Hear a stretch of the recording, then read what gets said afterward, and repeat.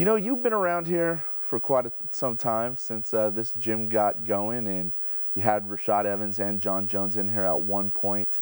What was it like back then when they started out training together, and what got us to this point where we're at now? You know, the breakup and now the he said, she said that we get all the time. Yeah, you know what? Rashad came after the Ultimate Fighter. I thought things went well. You know, it took him to a high place. His striking was getting better at everything. He was just going through people, you know, winning the title of force, knocking Chuck out.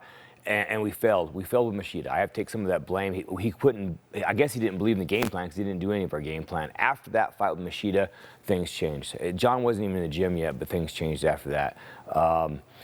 I don't know if he lost confidence in his coach a little bit. Everybody starts searching, everybody's in his ear.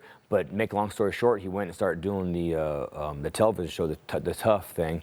And I didn't go up there and help him with the show at all. I'm kind of more about training the fighters instead of the TV thing. And he basically just kind of disappeared on us that way. You know, Jon came in and would roll with Rashad. He wasn't sure, you know, what to think about it. I asked Rashad numerous times, what do you want me to do? Here's this kid, he's very talented. I like the kid, he's nice. What do you want me to do? My loyalty's to you and Keith Jardine. Rashad basically said, well, we'll talk about it, coach. I'm not sure what I think about having him here. And then he's just stopped communication altogether with me. I didn't work his next two fights. He was up in Denver training. Jon was here every day. Jon didn't do anything wrong. You know, he's just a kid that works hard, learning real well what he does, and gone forward from there. What kind of guy is Jon Jones personally, and what kind of athlete is he? What kind of competitor is he? For me, there's no difference between the two. Jon's a great guy all the way around. I think it stems from you need to find weakness in people. You've got a guy that's just rolling through guys, just rolling through them. He's making it look easy. Even when he takes hard punches, they don't even seem to affect him. And when you have a force like that, you've got to find something, because you can't be on the bandwagon. The fans are fickle about that. You know what I mean? If all the fans are like, Jon Jones is the greatest fighter, you got to be the guy that knows better. No, let me tell you why he's not. And so I think that you need to find that. You need to find that for personal insecurities. You need to find that for fan reasons. But you got to find something. There's got to be a hole there. You know, nobody's that good. Nobody's that nice. No. We're like a very jaded society now where, no, there's no way that looks good. We like the anti-hero. We like the guys that are like, you know, tough, but, you know, get in trouble because they're honest or whatever your excuse is for that. Put yourself in his shoes. The UFC comes and says, hey, we're going to give you this fight. It seems to have caused this whole commotion ever since him accepting that fight. Was he in the wrong accepting the fight? Not at all. Oh, no. Any fighter would take that fight. Would Rashad Evans have taken that shot? I think Rashad Evans would have taken that shot as well. I think he would have, if it had been flipped, I think Rashad would have done it. I've heard many fighters say they'd fight their brother for the title. It's not life or death. It sucks fighting somebody you know, and it sucks they're on your same team. But at the end of the day, it's an individual sport, and everybody wants to be at the top. You know, they want to live their dream, or else they'd live the rest of their life wondering what if. So I think they have to fight. You know, coaching against Rashad it sucks a little bit, you know, because I did care for the guy. I still do. But at the same time, I have my job to do, and Jon and I have become real tight. What does it mean to you to have Greg in the corner? For a long time, it seemed like he wasn't going to be there. You were going to be the head man in there. What's it mean to have Greg in there? You know, I love having Greg in the corner with me. We work real well together. You know, anytime people are up, he just lets me take over. Or anytime we're in the clinch, we talk to each other about it. When it hits the ground, I shut up and don't second guess him. I tell him what I see. I speak in his ear. So it's a system that has worked for us really well in the past. At first, Greg wasn't going to do it, and I wasn't going to get involved. But honestly, Rashad kept trashing Jon so much, and Greg especially, that it's a little over the top. I think it's just a little bit too much that I lobbied for Greg to get back and help Jon out. You know, I think that's important. Enough's enough. The decision to corner Jon was made more about the team than anything else. You know, I felt as I thought and reflected a little bit, I felt that it had to mean something to be on a team. You know what I mean? It had to. You have a kind of a duty, or at least I have a duty to that. And so Rashad's made it very clear he's not on the team anymore. He's probably never coming back to the team. But then I have to look at selfishly, I don't want a corner against Rashad. I still really love the guy to death. I don't want to have to do that.